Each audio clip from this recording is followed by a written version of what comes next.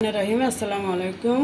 আশা করি আল্লাহর রহমতে সবাই ভালো আছেন। আমরা আলহামদুলিল্লাহ ভালো আছি। দেখুন আমি আজকে গরুর কলিজা দিয়ে আলু ভুনা করব।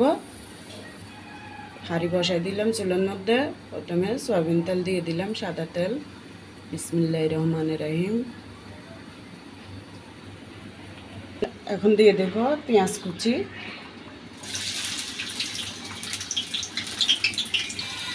এবার দিয়ে দেব রসুন বাটা, আদা বাটা। আগে আদা রসুন দিয়ে দেব, পেঁয়াজের সাথে একটু ভাজা ভাজা করে নেব। এই যে পেঁয়াজ আদা রসুনের একটু গন্ধ যাওয়ার পরে এবার দিয়ে দেব হলুদের গুঁড়ি, মরিচের গুঁড়ি, লবণ। এই যে শুধু তেলের উপরে মশলা ভাজার পরে এখন একটু পানি দিয়ে দিব। এগুলো একটু কষানোর পরে এবার দিয়ে দেব জিরা বাটা, আদা, ধনিয়া বাটা। কারণ এগুলো তেলে তারপরে আমি বেটে নিছি, তাই পরে দিলাম। আবার একটু নেড়ে দিলাম।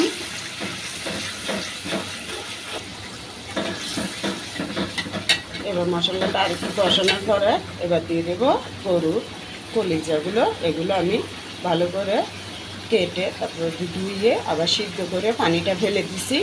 কারণ সিদ্ধ করার পর এগুলোতে অনেক ময়লা থাকে, ময়লাগুলো বের হয়ে যায়। এরপরও আবার ভালো করে ধুয়ে নিছি। এটা দিয়ে দিলাম মশলার মধ্যে গরুর কলিজাগুলো। এগুলো ভালো করে আমি এখানে কষিয়ে নেব।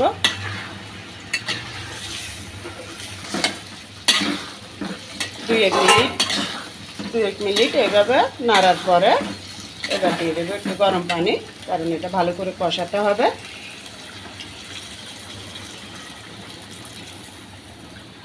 এই পানির মধ্যে শুকাতে শুকাতে কষিয়ে নেব।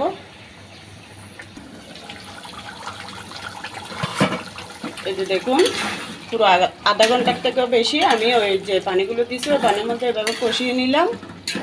এখন আলুগুলো দিয়ে এর মধ্যে আবারও কষিয়ে নেব। এই যে আলুগুলো আমি এভাবে কিপ করে কেটে নিছি, দিয়ে দিলাম আলুগুলো এর মধ্যে। এবার এগুলোর সাথে আলুগুলো আরও 10-15 মিনিট এভাবে কষিয়ে নেব। এরপর আমি গরম মশলার গুঁড়ো এগুলো সবগুলো তেলে ব্লেন্ডার করে রাখছি, ঘরে করা মশলা দিয়ে দিলাম। আমি প্রথমে কিন্তু দিই নাই, এখন দিচ্ছি এগুলো।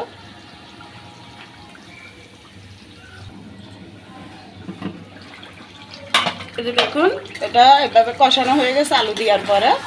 এবার আলুগুলো সিদ্ধ হওয়ার জন্য আমি আবার একটু গরম পানি দিয়ে দেবো, নাহলে আলু ভালো করে সিদ্ধ হয় নাই। তাই দিয়ে দিলাম গরম পানি, একটু ভালো করে আলুটা সিদ্ধ হোক।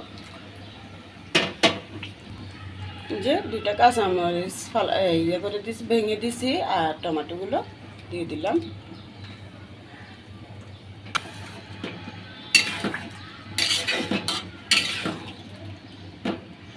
দেখুন হয়ে গেছে, আলুটাও সিদ্ধ হয়ে গেছে। এই যে এবার ধনিয়া পাতাটা দিয়ে দেবো।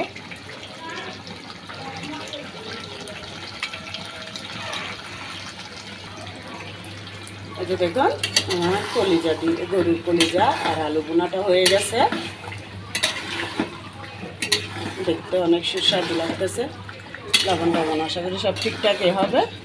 রোজার জন্য তার লবণ দেখা যায় না, তবে আমার আন্দাজ শোনা যায় আমি প্রতিদিন এরকমই দিই, তরকারির মধ্যে নিয়মেই হয়।